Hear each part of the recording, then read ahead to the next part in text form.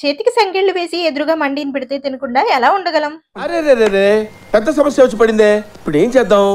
ఇలాంటి feel experience చేయాలన్నా, మండిని different గా ట్రై చేయాలన్నా మన విజయవాడలో ఉన్న ఖైదీ మండిని అయితే విజిట్ చేయాల్సిందే. రియల్ గా జైలు ఎక్స్పీరియన్స్ చేసినట్టే ఉంది ఇక్కడ అంబియన్స్. నాకైతే చాలా థ్రిల్లింగ్ గా అనిపించింది. నాకైతే 304 సెల్ అని తీర్పు అయితే ఇచ్చారు. ఇక్కడ 10 to 15 మెంబర్స్ వరకు కూర్చొని మండిని అయితే ఎంజాయ్ చేయొచ్చు.